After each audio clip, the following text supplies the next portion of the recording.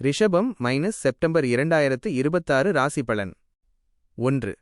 தொழில் மற்றும் வேலை கரியர். திறமை வெளிப்படும். அலுவலகத்தில் உங்களின் தனித்திறமை வெளிப்படும். புதிய நுணுக்கங்களை கற்றுக்கொண்டு வேலையில் புகுத்துவீர்கள். 4 இல் இருக்கும் உச்சகுருவின் பார்வையால் உயர் அதிகாரிகளின் முழு ஆதரவும் உங்களுக்கு கிடைக்கும். பணி மாற்றம். நீங்கள் எதிர்பார்த்த இடமாற்றம் அல்லது பதவி உயர்வு இந்த மாத இறுதியில் கைகூட வாய்ப்புள்ளது.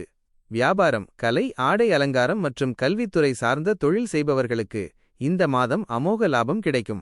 புதிய வாடிக்கையாளர்களின் வருகையால் தொழிலை விரிவுபடுத்துவீர்கள். 2. பொருளாதாரம் ஃபைனான்ஸ். வருமானம், பணவரவு திருப்திகரமாக இருக்கும். குறிப்பாக 11 இல் சனி மற்றும் ராகு நீடிப்பதால் பழைய பாக்கிகள் வசூலாகும்.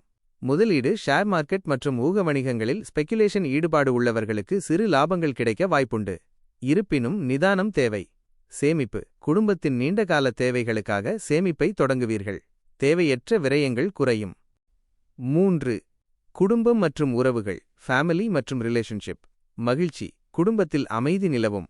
வாழ்க்கை துணையுடன் இருந்த சிறு கருத்து வேறுபாடுகள் நீங்கி ஒற்றுமை பலப்படும். பிள்ளைகள், புத்திர பாக்கியம் வேண்டி காத்திருப்பவர்களுக்கு சாதகமான செய்திகள் வரும். பிள்ளைகளின் கல்விக்காக செலவுகள் செய்ய வேண்டி வரும். உறவுகள். உறவினர்களிடையே உங்களின் மதிப்பும் மரியாதையும் உயரும்.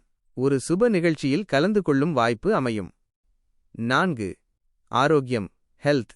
உடல் நலம். பொதுவாக ஆரோக்கியம் சீராக இருக்கும். எச்சரிக்கை. மாத பிற்பகுதியில் உஷ்ணம் சம்பந்தமான நோய்கள் அல்லது ஒற்றை தலைவலி வந்து நீங்கும். போதுமான அளவு தண்ணீர் அருந்துவதும் சரியான நேரத்திற்கு ஓய்வெடுப்பதும் அவசியம். முக்கிய குறிப்புகள்.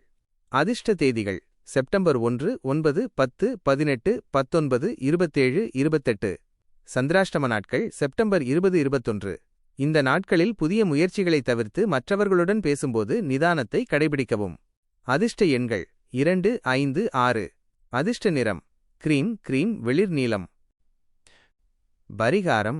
பெருமாள் வழிபாடு. சனிக்கிழமைகளில் பெருமாள் கோவிலுக்குச் சென்று துளசி மாலை சாத்தி வழிபடுவது சகல தடைகளையும் நீக்கும். சுக்கிரன் வழிபாடு. வெள்ளிக்கிழமைகளில் மகாலட்சுமிக்கு மல்லிகைப்பூ சாத்தி நெய் தீபம் ஏற்றவும். அன்னதானம். பௌர்ணமி அன்று ஏழைகளுக்கு அன்னதானம் செய்வது மன அமைதியை தரும்.